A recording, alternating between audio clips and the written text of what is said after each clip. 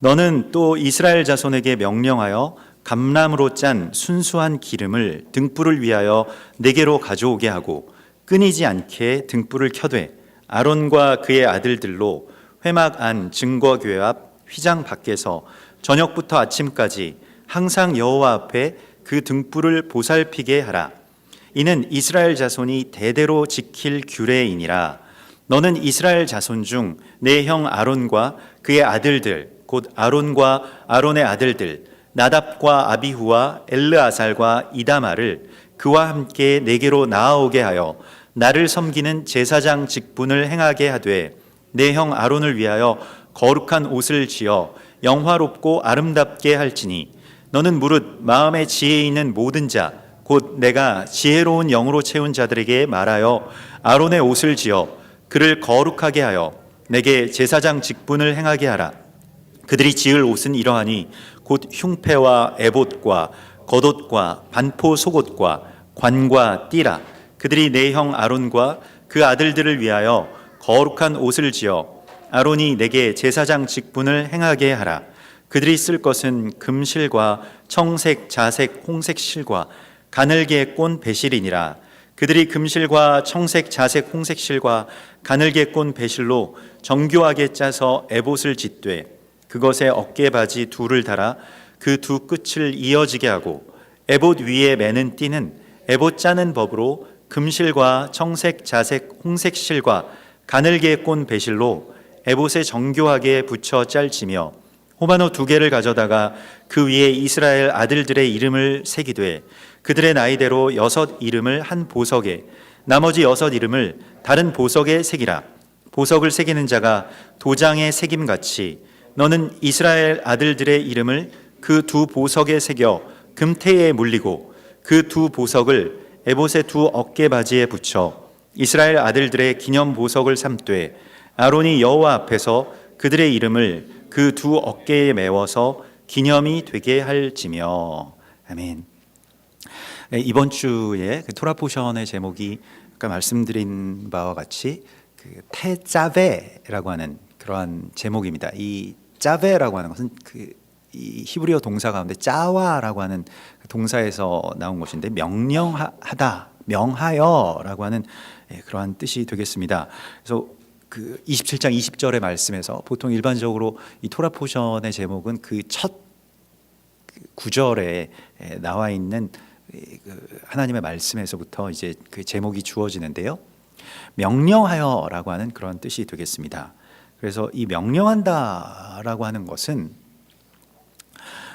그 하나님과 우리와의 관계가 조금 더 그 다음 단계로 들어갔음을 말씀하고 있습니다. 명령이라고 하는 것이 우리가 지난주에 이 테루마의 말씀 속에서는 누구든지 이 출애굽기 25장에서 누구든지 자원하는 자가 기쁜 마음으로 이 예물을 바치게 하라 이렇게 말씀을 하셨거든요. 그것은 이제 자원입니다.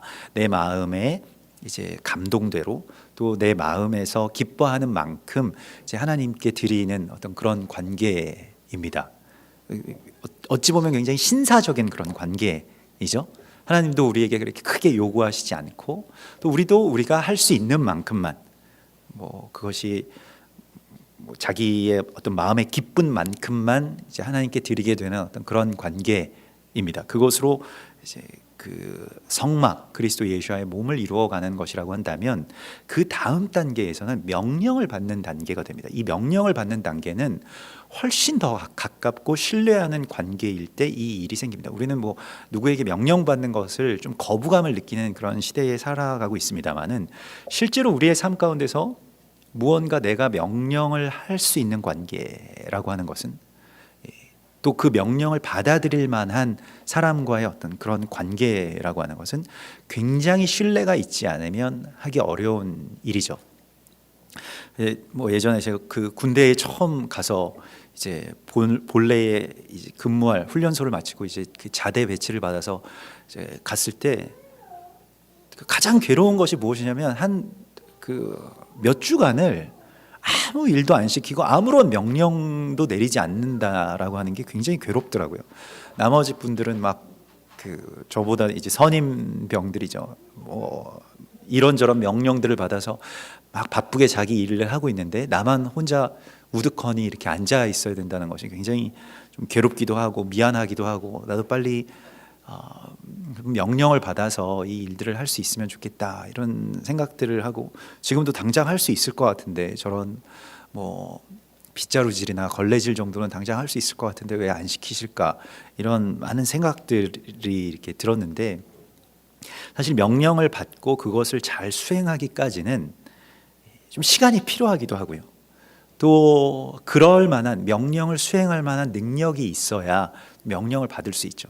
하나님께서 더 신뢰하는 관계에서 더 가까운 관계로 우리를 부르실 때 명령하신다. 이것은 이제 이 테짜베, 이 짜바라고 하는 것이 이제 무언가를 임명한다, 또 구성한다라고 하는 그러한 뜻이 되거든요. 그래서 파송한다라고 하는 뜻도 되고요. 정돈한다, 임명한다, 이런 뜻입니다. 그래서 무엇을 하나님의 나라의 이 창조, 또 하나님의 나라를 구축해 갈 때 하나님께서 이 명령들로 구축하시는 것을 보게 됩니다. 그래서 우리가 창세기의 이 창조 역사가 어떻게 시작되었습니까? 하나님 명령으로 시작됐죠.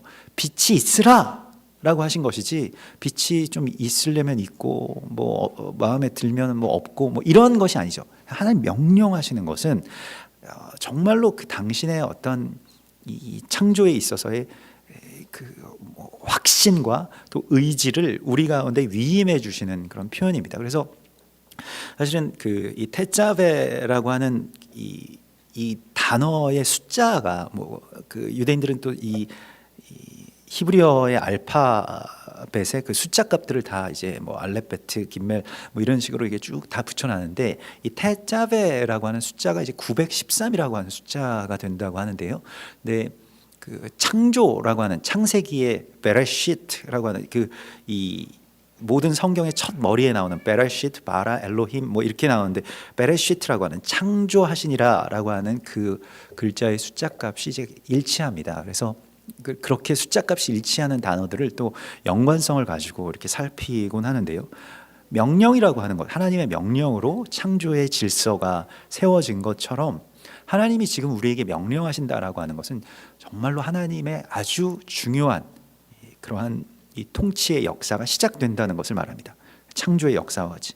그래서 흑암과 혼돈과 공허를 빛으로 심판하시는 그러한 일들이 명령을 통해서 일어나고, 명령이라고 하는 것이 주어지고 그걸 주고받는 관계라고 하는 것은 굉장히 긴박하고 중요한 어떤 일에 관해서 명령을 주고받는다고 하죠. 일반적으로 우리가 군대에서 그런 명령을 많이 주고받았기 때문에 명령이라고 하는 것에 대해서 이제 그런 방식으로 좀 이해를 하는 경우가 많이 있는데, 하나님께서 이 세상을 빛으로 완전히 심판하시는 것, 그래서 그것이 이제 하나님의 창조의 역사죠. 그러니까 혼돈과 공허와 무질서를 하나님께서 심판하실 때 명령을 사용하십니다. 그리고 명령을 받아서 수행할 우리들을 이제 부르시고 계신 것이죠. 그래서 명령을 받는 단계로 우리가 나아갔음을 디모데후서 2장 3절에서 너는 그리스도 예수의 좋은 병사로서 나와 함께 고난을 받으라. 병사로 복무하는 자는 자기 생활에 얽매이는 자가 하나도 없나니 이는 병사로 모집한 자를 기쁘게 하려 함이라. 그래서 이것이 이제 병사의, 그러니까 명령을 받는 자의 어떤 본질인데, 무엇이냐면 자기 생활에 얽매이지 않는다는 것입니다. 물론 우리가 다 생활에 얽매여 있습니다만은 중요한 것은 이것이죠. 이제 내 생활을 위해서 하나님을 믿는 그 관계에서, 이것은 세상 사람들이 저마다의 각자의 신들을 믿는 방식과 꼭 같은 것입니다. 내 삶을 좀 윤택하고 평안하게 하기 위해서 하나님을 믿고 의지하는 어떤 그런 신앙의 단계, 우리가 가톨릭을 믿는다던가 불교를 믿는다던가 다 마찬가지죠.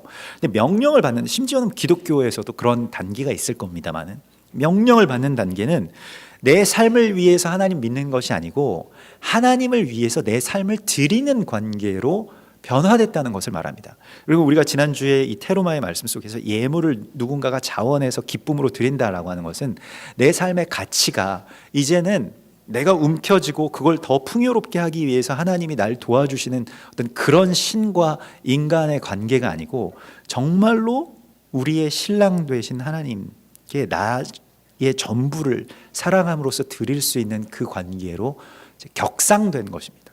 완전히 바뀐 것이죠. 그래서 나 혼자 잘 먹고 잘 살자고 하나님 믿는 것이 아니고 어떻게 하면 이제는 하나님의 기쁨이 될까라고 하는 것을 생각하고 또 그것을 구하고 바라는 바로 그 단계가 이 테자베의 단계인 것이죠. 그래서 병사로 모집한 자를 기쁘게 하려고 하는 삶을 사는 것, 그것이 이제 병사의 그 본질이라고 말씀을 하시고요. 잠언 25장 13절에서도 보면 충성된 사자는 그를 보낸 이에게 마치 추수하는 날의 얼음 냉수 같아서 능히 그 주인의 마음을 시원하게 하느니라.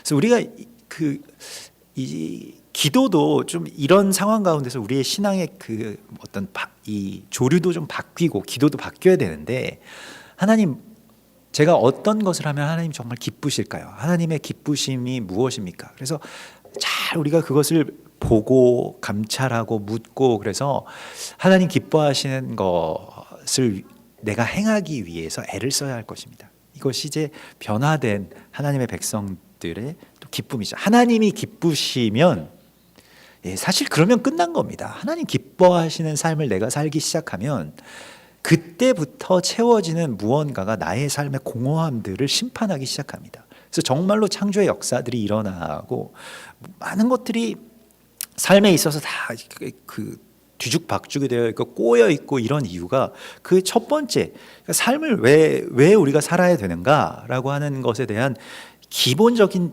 우리의 대답이, 우리가 뭐 웨스트민스터 신조도 있습니다만은 우리가 하나님 기쁘게 하기 위해서 창조함을 받았고, 그렇기 때문에 하나님이 기뻐하신 일들을 내가 정말로 하기 시작하면 그러면 내 안에서 무엇인가가 이제 샘솟아서 나오게 되는데요.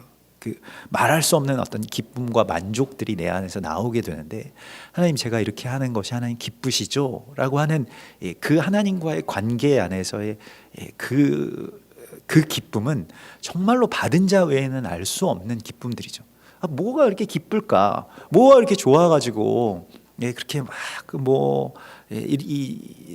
이렇게 주일 아침에 하나님께 나아가고 또 매일같이 하나님께 나와서 기도하고 또 말씀 묵상하고 또 심지어는 금식도 하고 또 자신의 어떤 가치들을 그렇게 하나님 앞에 드릴까라고 하는데, 그게 바로 우리가 살아가는 데 있어서 가장 큰 기쁨인 것을 성경이 우리에게 말씀하고 있습니다. 그래서 이것은 정말로 어찌 보면 우리가 가장 큰 기쁨을 누릴 수 있는 하나님의 비밀이 되겠습니다. 그래서 그 테자베의 이 말씀을 보면 먼저 첫 번째로 메노라에 대해서 이 등잔대에 등불을 켜라라고 하는 성전의 불을 밝히는 것에서부터 시작을 해서요, 제사장의 위임, 제사장을 세우는 것, 그리고 제사장의 그 흉패에 그 아들들의 이름을 새기라라고 하는 그 제사장의 의복을 세우는 것, 그리고 제사장 위임식이 나옵니다. 그래서 사실 제사장 세워지는 이야기가 예수와께서 왕 같은 제사장으로서 세워지고 또 우리가 그의 몸으로서 우리가 또한 주님께서 임명하신 위임하신 제사장으로서 서게 되는 것. 제사장으로서 선다는 것은 우리가 우리 가정에서 혹은 우리 공동체에서 영적으로 가장 높은 머리가 된다라고 하는 것일 수도 있겠습니다만은, 그러나 하나님의 명령을 받아서 수행할 준비가 된 사람을 제사장이라고 부를 수가 있겠습니다. 그리고 그 제사장이 매일 제사를 드리는 이야기로 맞춰지게 됩니다. 그래서 이 매일 제사, 이 상번제라고 하는 것이 사단은 그것을 계속 폐하려고 하고요.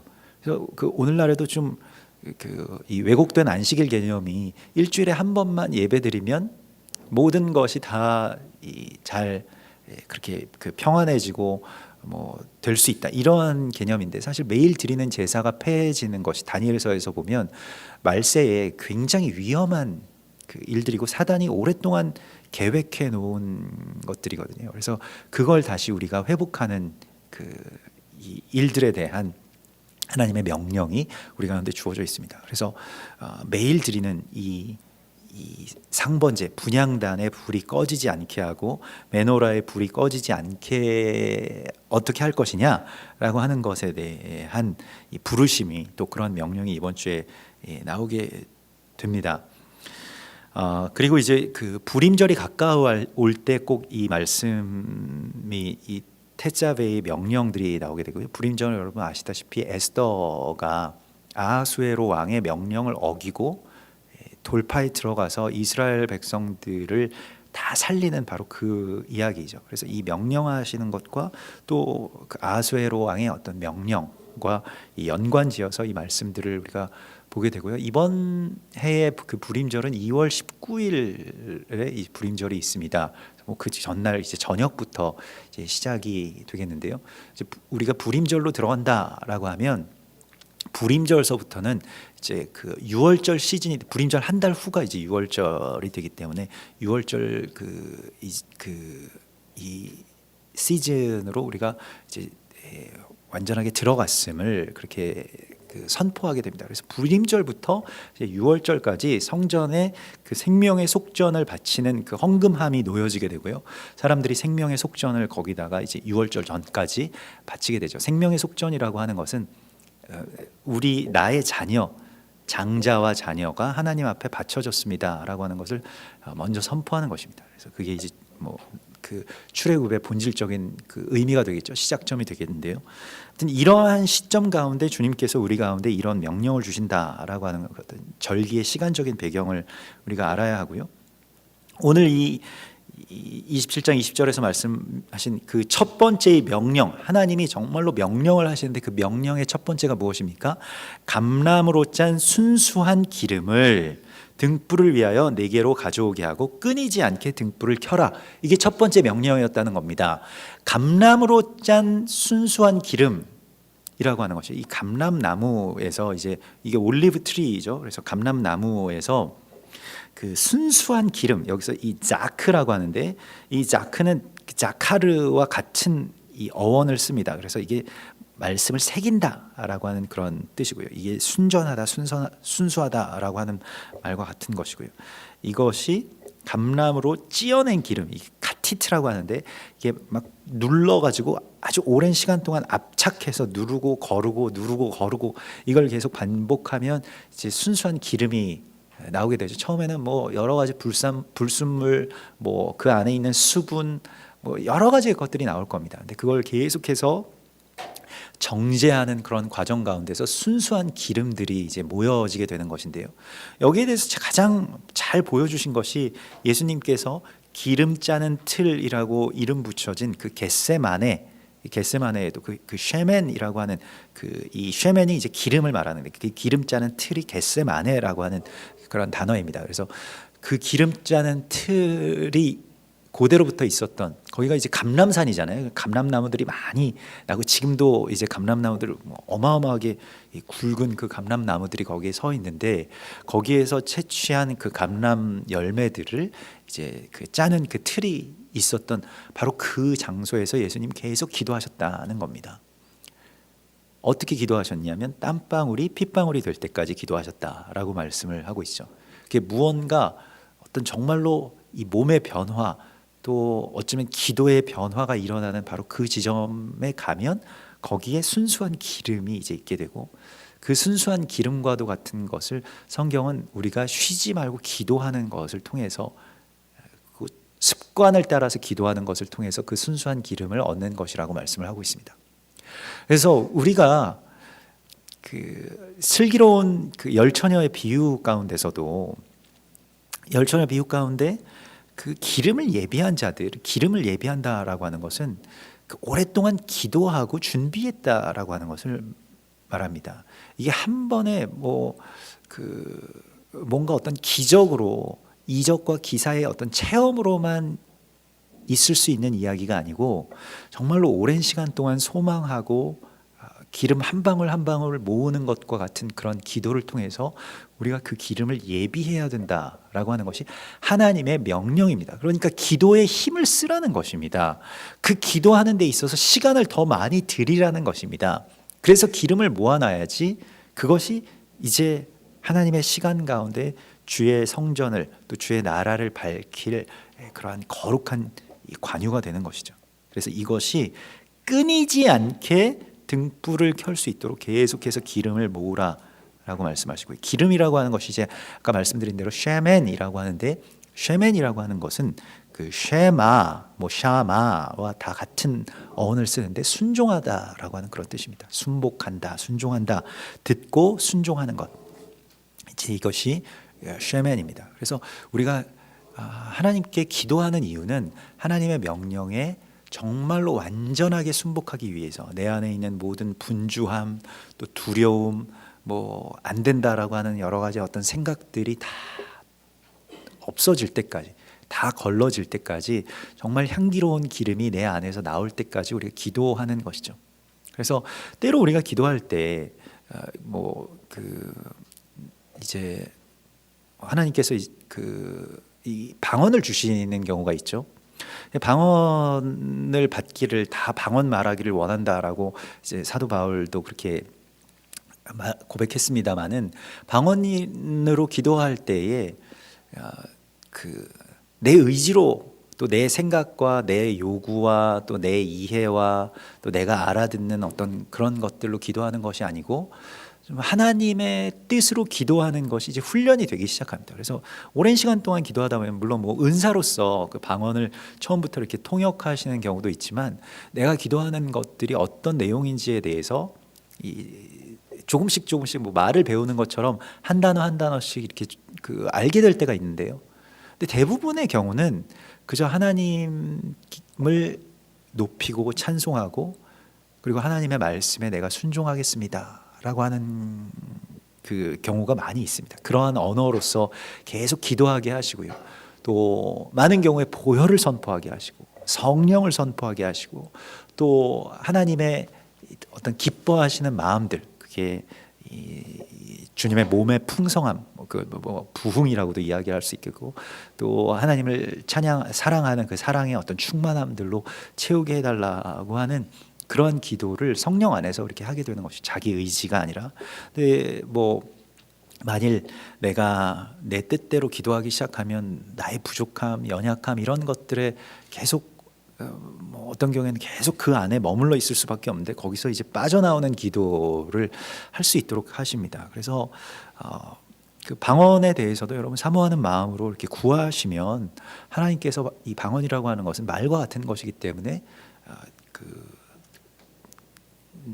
다 주십니다. 그래서 물론 때로는 그 방언이 꼭 필요한 것이 아니다라고 이렇게 이야기할 수도 있겠습니다만은, 그러나 그 방언은 굉장히 유익하기 때문에 저는 꼭 방언을 해야 된다 이런 주의는 아닙니다만은, 방언의 그런 유익이 우리의 기도를 더 풍성하게 한다는 것을 알기 때문에 소망하시는 것이 좋겠다라고 생각을 합니다. 그래서 방언을 달라고 구하고, 또 방언을 사실 처음에는 또 따라하기도 하고요. 방언을 제가 방언으로 기도하면 우리 아이들도 가끔씩 저를 따라서 이렇게 방언 기도를 흉내내기도 하는데, 그러면서 또 방언이 시작되기도 하고 그렇습니다. 그래서 방언이 주어져서 말을 하는 게 아니라, 말을 하다 보니까 이제 방언이 주어지게 되는 것이죠. 그래서 이제 방언을 하나님께서 언제까지 좀 주십시오 이렇게 기도하고, 그때부터 그냥 방언으로 말씀하시면 됩니다. 그러면 이제 방언이 주어지게 되거든요. 그래서 정말로 그렇습니다. 그래서 저도 예전에 방언을 받을 때 좀 어린 나이에 이제 그 방언을 달라고 혼자서 기도했는데, 교회에서 방언을 좀 금기시하는 그런 굉장히 전통적인 보수적인 이 교회, 아주 조용한 교회, 통성기도 전혀 안 하고 예배 중에 아멘이라고 말하면 막 째려보는 그런 교회에서 이제 살았는데, 방해되는 거 아니냐, 이렇게 당신 혼자 은혜 받았다고 아멘 이걸 말하면 안 된다, 이런 교회에서 이제 방언에 대해서 혼자 구해가지고 방언을 정말 주시더라고요. 근데 그래서 방언으로 기도 못하는 교회에서 오랫동안 있어가지고 좀 기도를 못하다가 이제 그 교회를 나오게 된 다음부터 방언으로 많이 기도를 하게 되는데 굉장히 유익이 있습니다. 근데 오늘 주님께서 말씀하신 것은 순수한 기름을 준비해야 된다라고 하는 명령입니다. 그래서 나의 기도가 정말로 나의 어떤 이해관계나 필요에 의해서만이 아닌, 정말 정말 하나님이 원하시는 그 순전한 기름까지 가 닿을 수 있도록 내 수고나 또 나의 어떤 생각들이 변화돼서 거룩한 그리스도 예수와의 어떤 그 보혈로 변화되는 바로 그 지점까지 기도가 가 닿을 수 있도록, 기도라고 하는 것은 그 정말 많은 경우에 양적인 것이 되게 많이 필요합니다. 그래서 우리가 항상 뭐 질을 추구하는 그런 이 합리적인 시대 가운데 살고 있습니다만 양도 굉장히 중요합니다. 이 양이 질을 만드는 것이거든요. 그래서 기도의 어떤 그 순수한 이 질을 높이려고 한다면 기도를 많이 하는 수밖에는 없습니다. 그래서 많이 해야 됩니다. 근데 너무 우리가 바쁘다 보니까, 우리의 자녀들도 너무 바쁘다 보니까 기도를 오래 하는 것에 대한 습관이 잘 들지 않고, 그런데 성경은 계속해서 우리에게 쉬지 말고 기도하라고 말씀을 하시고요. 오늘 이 말씀 속에서도 끊이지 않게 등불을 켜라 라고 말씀을 하시기 때문에 이 타미드라고 하는 것이 이제 그 상번제도 마찬가지고 이게 단절되지 않도록 하라라고 하는 것이 중요한 하나님의 명령입니다. 그래서 이번 주에 이 하나님의 명령은 순금 등잔대를 이제 완성을 했는데, 지난주에 이 메노라를 완성을 했는데, 메노라는 불이 아니라 그냥 그 불을 담는 등잔입니다. 그러니까 메노라가 7 교회를 상징하는 것이고요.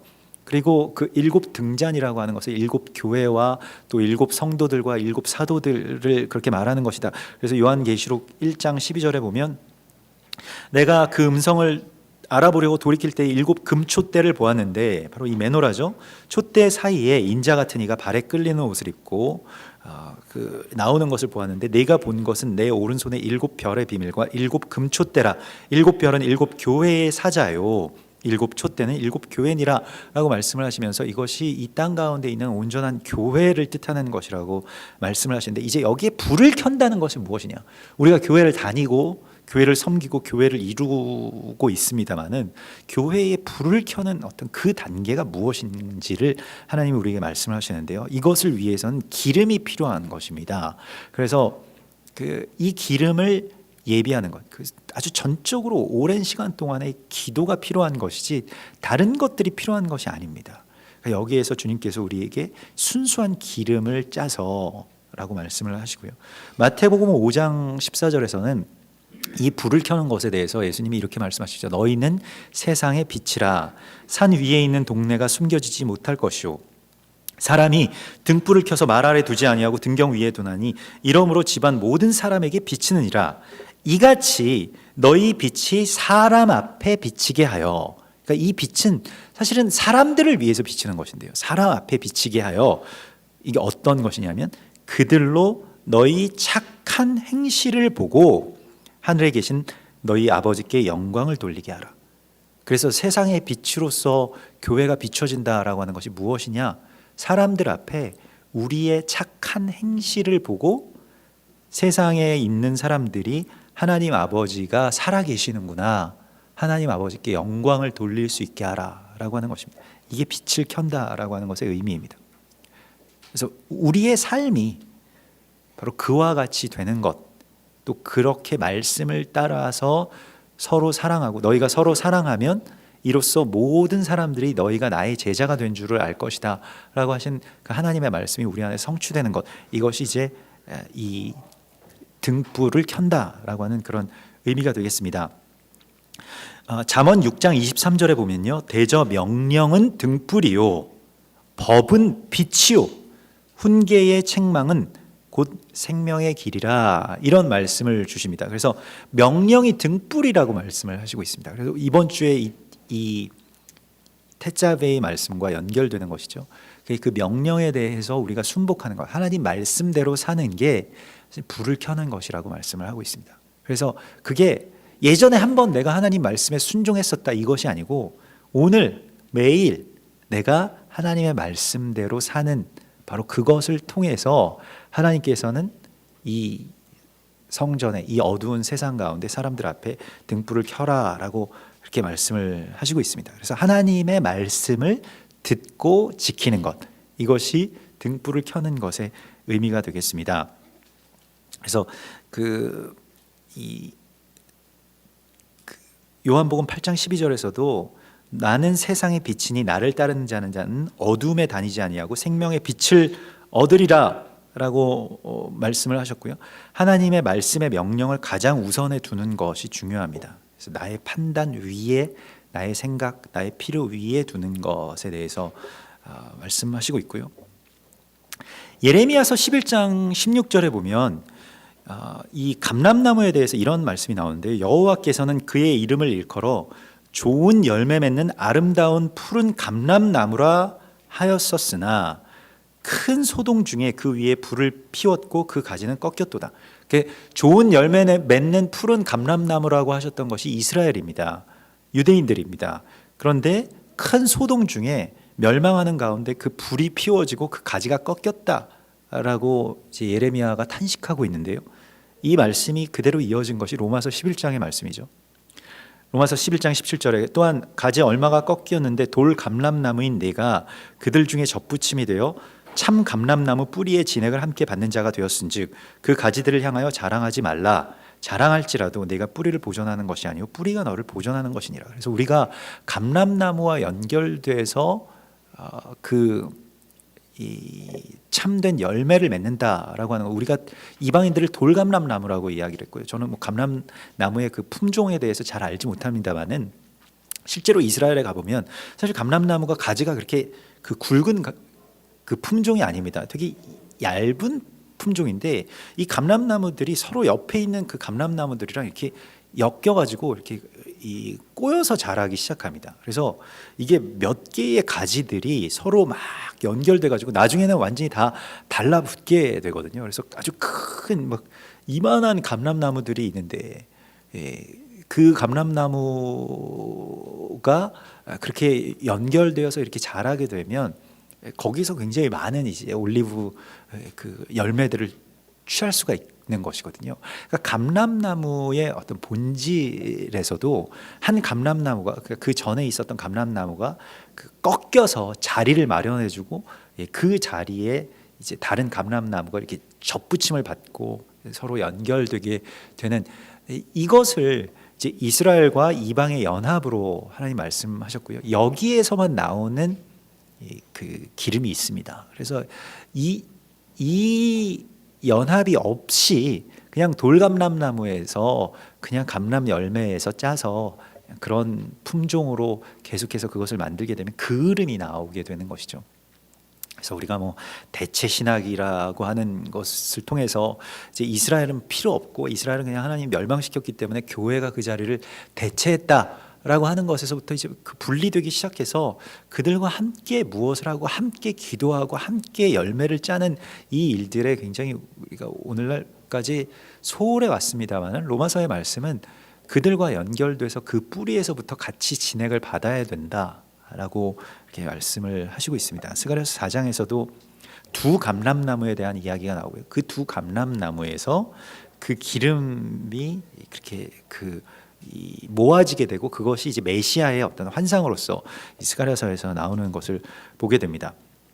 그래서 이번 주에 이 토라 포션의 명령은 고린도후서 4장 6절에 말씀처럼 어둠 가운데서 빛이 있으라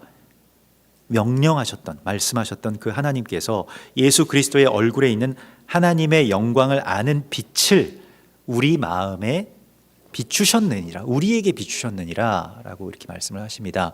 그래서 그 빛을 비추는 자가 되라, 그것도 지속적으로 이 일들을 하라고 말씀을 하시고 있습니다. 그래서 이 아론과 그의 아들들로 회막안 증거궤 앞, 오늘 27장 21절에 보면 항상 여호와 앞에 그 등불을 보살피게 하라. 이게 꺼지지 않게. 이게 그러니까 제사장의 첫 번째 사명이었습니다. 등불이 꺼지지 않도록 주의 깊게 잘 살피고 보살피라. 그래서 등불을 지키는 자, 그게 하나님께서 우리에게 주신 사명입니다.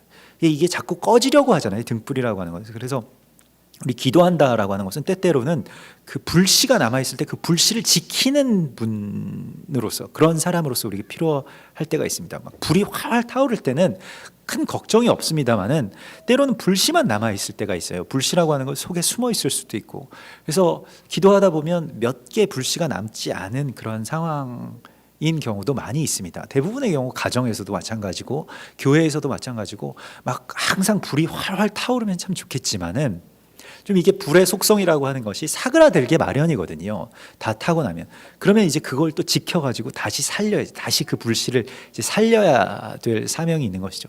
그때는 좀 공허하기도 하고 어렵기도 하고 혼자만 하는 것 같기도 하고 그렇습니다만은, 그러나 계속 이 불씨를 이제 지키다 보면 언젠가는 이게 또 옮겨 붙을 때가 되는데, 그때에는 이제 그 부흥의 시간이 되는 것이죠. 그래서 이와 같이 깨어서 기도하고 또 계속해서 이것을 보살피는, 살피는 자들이 되라라고 말씀을 하십니다. 그래서 이 불이 꺼지지 않을지에 대해서 생각해야 되고요. 우리 가정에서도 그렇고 교회에서도 마찬가지고 이 불씨를 지키는 자로서 하나님이 우리를 부르셨다라고 말씀을 하십니다.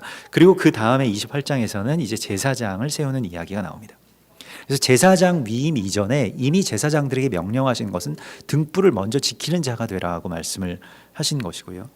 그래서 한 가정 전체를 그렇게 책임지는, 또 대표성을 가진 제사장이 세워진다라고 하는 것은 몸의 완성에 있어서의 어떤 그 상징을 드러내고 있는 것입니다. 그래서 우리가 예수님을 세우는 이야기, 예수님을 머리로 모시고 우리가 몸이 완전하게 완성되는 바로 이 이야기 가운데서도 아주 지속적인 기도라고 하는 것이 끊임없이 필요하다라고 하는 것을 주님 말씀하시고 있고요. 그리고 내 형 아론을 위하여 거룩한 옷을 지어 영화롭고 아름답게 할지니. 그래서 제사장을 세우는 데 있어서는 제사장이 어떤 사람이든 그게 중요한 게 아닙니다. 사실 아론은 지금 이 말씀이 주어지고 있는 이 동시간대에 그 금송아지를 세워놓고 그 금송아지를 예배하자고 했던 바로 그 장본인입니다. 그런데 아론이 어떻게 결과적으로 제사장이 될 수가 있었을까? 또 그의 아들들이 계속해서 제사장이 될 수 있는가라고 하는 것의 근거가 아론의 인격이나 아론의 믿음에 있지 않고 아론에게 입히신 옷에 있습니다. 그래서 이 옷을 입히는 것입니다. 제사장이라고 하는 것은 제사장 자격이 있어서 그렇게 되는 것이 아니고요. 제사장의 옷을 입었기 때문에 제사장 되는 것입니다. 그래서 그 옷이 날개라고 하는 말처럼 하나님께서 우리에게 그 정체성의 옷을 그냥 입혀주셔서 도저히 나는 제사장 같지 않고 정말 이 사람은 무슨 이 사람이 제사장이야 이렇게 생각이 될 정도의 사람에게 하나님께서 그 제사장의 옷을 입혀주시고 그것을 입히는 데 있어서 우리가 순복하게 되면 제사장이 제사장으로서 서게 되는 것입니다. 그래서 제사장도 중요하지만은 제사장보다 훨씬 더 중요한 것은 그 옷을 만들어서 또 그 옷을 입혀주는 자의 역할이 굉장히 중요한데, 오늘 성경에서는 모세가 그 역할을 하고요. 모세는 예수님의 어떤 예표적인 인물이죠. 예수께서 우리 가운데 그 옷을 입혀주십니다. 제사장의 옷을요.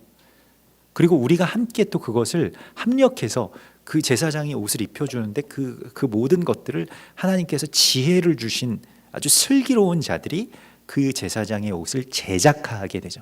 그래서 옷을 지어서 입히는 것입니다. 그래서 정말 만들어가는 것입니다. 제사장이라고 하는 것은 정말 한 땀 한 땀 내가 수놓아서 만들어가는 거예요.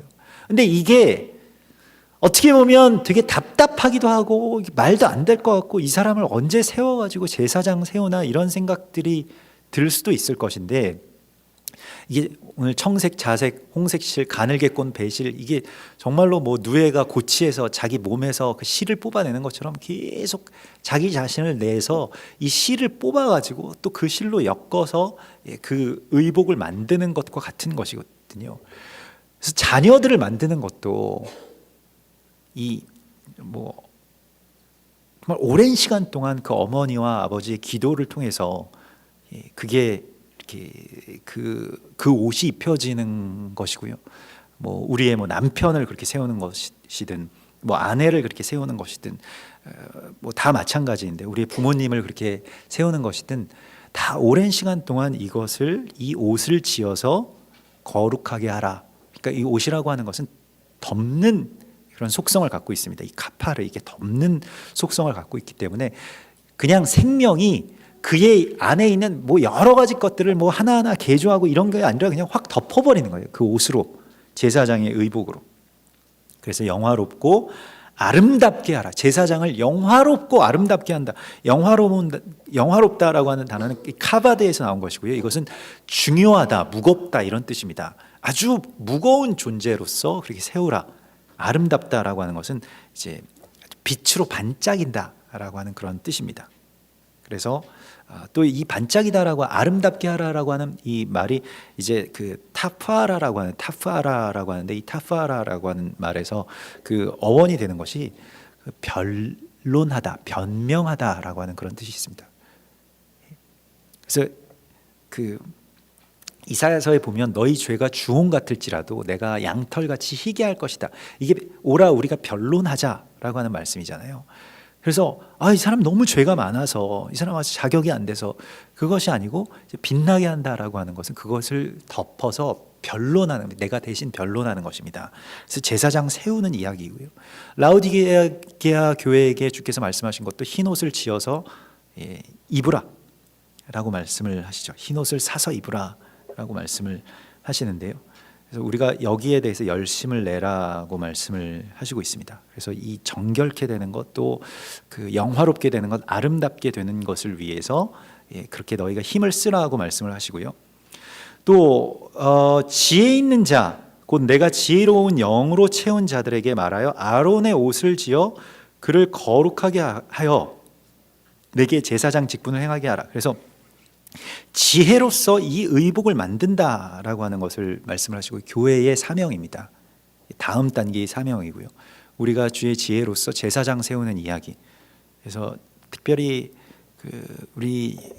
우리에게 주신 하나님의 어떤 과제가 우리 공동체에서 이 제사장이 세워지게 하기 위해서, 물론 그 제사장은 새 언약의 대제사장이신 예수와께서 머리로 모셔지는 것이기도 합니다만은, 공동체에서 그 제사장을 세우기 위해서 모세의 입장에서는 정말 철없는 형이거든요. 사실 부담스러운 형이고, 이게 좀 세속적인 형이고, 돈을 그렇게 숭배했던 그런 형을 그렇게 제사장으로서 세우기 위해서 많은 애를 쓰는, 평생을 사실은 모세의 사역 가운데 하나가 또한 자기 형을 그렇게 세우는 이야기였던 것을 우리가 보게 됩니다. 그래서 사실 모세의 사역, 모세와 아론의 관계 안에서 형제 사랑의 그 비밀들을 우리가 봐야 되는데, 그런 부분들이 좀 간과되어 있죠. 모세에게 많이 집중되어 있다 보니까 모세가 형을 얼마나 사랑했는지, 또 자기 자신을 삼가고 형을 그렇게 제사장 세우기 위해서 어떤 것들을 양보하고 희생했는지에 대해서는 우리가 좀 더 이렇게 주목할 필요가 있습니다. 아무튼 이렇게 지으면서 그 흉배와 에봇과 겉옷과 반포 속옷과 관과 띠, 이게 이제 여러 가지 의미가 있습니다만 이것을 오늘 다 살펴보지는 않겠고요. 에베소서 6장 14절에 나오는 하나님의 전신 갑주를 입히는 것과 같은 이야기입니다. 하나님의 전신 갑주는 로마 군인들의 옷이 아니고 제사장의 의복과 그대로 같습니다. 그래서 이 마음의 흉배, 어떤 띠, 머리에 쓰는 관, 이게 다 제사장의 의복입니다. 제사장의 의복을 입히는 것입니다. 여기에 대한 주석이 이제 에베소서 6장에 나오기 때문에 나중에 이 에베소서 6장과 함께 이번 주에 한번 묵상해 보시면, 내가 어떤 옷을 지어서 입힐 것이냐, 또 입을 것이냐라고 하는 것에 대해서 하나님이 우리 가운데 명령하시는 것을 보게 됩니다. 그래서 이번 주에 우리가 첫 두 명령을 받았는데, 거룩한 기름을 준비해서 매일 이 성소의 불이 꺼지지 않게 하라. 여러분, 가정에서 어떻게 해서든 기도의 불씨를 되살리고 또 이걸 지키는 자로서 서시고요. 또 제사장을 어떻게 세울 것이냐, 하나님께 지혜를 우리 가운데 주셔야 됩니다. 그래서 제사장 세우는 지혜가 우리 가운데 필요하고요. 우리가 오늘날에 제사장이라고 하는 것은 대표성을 가진 어떤 대표 혹은 머리로 우리가 세우기로 작정한 어떤 그러한 모든 사람들을 말합니다. 그게 예전에는 교회의 목사가 이제 제사장이다, 그것도 맞는 말입니다. 네, 제사장일 것이고요. 또 때로는 국가의 지도자도 제사장, 예전에는 다 제사장들이었기 때문에 제사장의 어떤 속성을 갖고 있습니다. 그래서 우리가 자꾸 그들의 옷을 헐벗게 하고 불에 그슬리고 비난하고 비방하고 정죄하고, 이거 아무 쓸데가 없는 이야기입니다. 그래서 자꾸 제사장의 옷을 입힐 수 있도록 우리가 오랫동안 기도하고 힘쓰고, 또 마음의 지혜를 받아서 우리 가정의 제사장을, 또 그게 우리의 이 각 가정의 어떤 남편들이 이렇게 세워지는 이야기일 수도 있겠고요. 또한 우리의 자녀들이 제사장으로서 세워지는 이야기일 수도 있겠죠. 그래서 내가 정말로 실을 하나 한 올 한 올 내어서 이 제사장의 의복을 만들고 또 그것을 새겨서 정말로 그들을 덮을 수 있는, 그래서 덮어서 세울 수 있는, 이스라엘에 대해서도 마찬가지고요. 이러한 사명, 이러한 명령을 하나님께서 우리 가운데 주셨다라고 말씀을 하십니다. 우리 같이 기도하겠습니다. 우리 이번 한 주 동안 주님께서 주신 말씀들 우리 기대하고 또 소망하고, 오늘 주님께서 주신 이 명령에 대한 말씀들, 내가 주님의 명령을 받는 그런 하나님의 기쁘심이 되는 사람 되게 해달라고 우리 소망하시면서 잠깐 같이 기도하고 마치도록 하겠습니다. 주여 감사합니다. 우리의 모든 삶 가운데서 주의 명령을 허락하여 주시고 주님의 말씀을 허락하여 주셔서 주님 말씀대로 구성되는 자들 되게 하여 주시고 주님 명령대로 살아갈 수 있는 자들 될 수 있도록 인도하여 주시옵소서. 주여 우리를 받아주시옵소서. 주여 이제는 내가 나의 기쁨을 위해서 살지 않게 하시고 주님 받은 그 명령대로 살 수 있도록 인도하여 주시옵소서. 또한 이것을 행할 수 있는 힘을 우리 가운데 주시고 지혜를 우리에게 부어주시옵소서. 주여 등불을 켜는 자가 되게 하시고 지키는 자가 되게 하시고 그것을 위해서 나의 모든 제단의 기름을 예비하는 자들 될 수 있도록 인도하여 주시옵소서. 주님 기대합니다. 주님 소망합니다. 하나님의 나라와 그 의를 향해서 나아갈 수 있도록 인도하여 주시옵소서. 주여 우리를 붙들어 주시옵소서. 섬겨 주시옵소서. 오 아버지여, 오 아버지여, 로아스카라발라쿠아. 주여 우리에게 주님의 말을 주시고 주님의 언어를 주시고 주여 우리를 완전히 덮어주셔서 주의 제사장의 정체성을 다시 우리로 회복하게 하여 주시고 각 가정의 아기들이 그와 같은 역할을 감당할 수 있도록 또 그렇게 세워져 나갈 수 있도록 주님 역사하시고 인도하여 주시옵소서. 주님을 기대하고 찬송합니다. 할렐루야. 주여 영광 받으시옵소서. 오 주여 아멘. 아멘. 여호와는 내게 복을 주시고 너를 지키시기를 원하며 여호와는 그의 얼굴을 내게 비추사 은혜 베푸시기를 원하며 여호와는 그 얼굴을 내게로 향하여 드사 평강 주시기를 원하노라.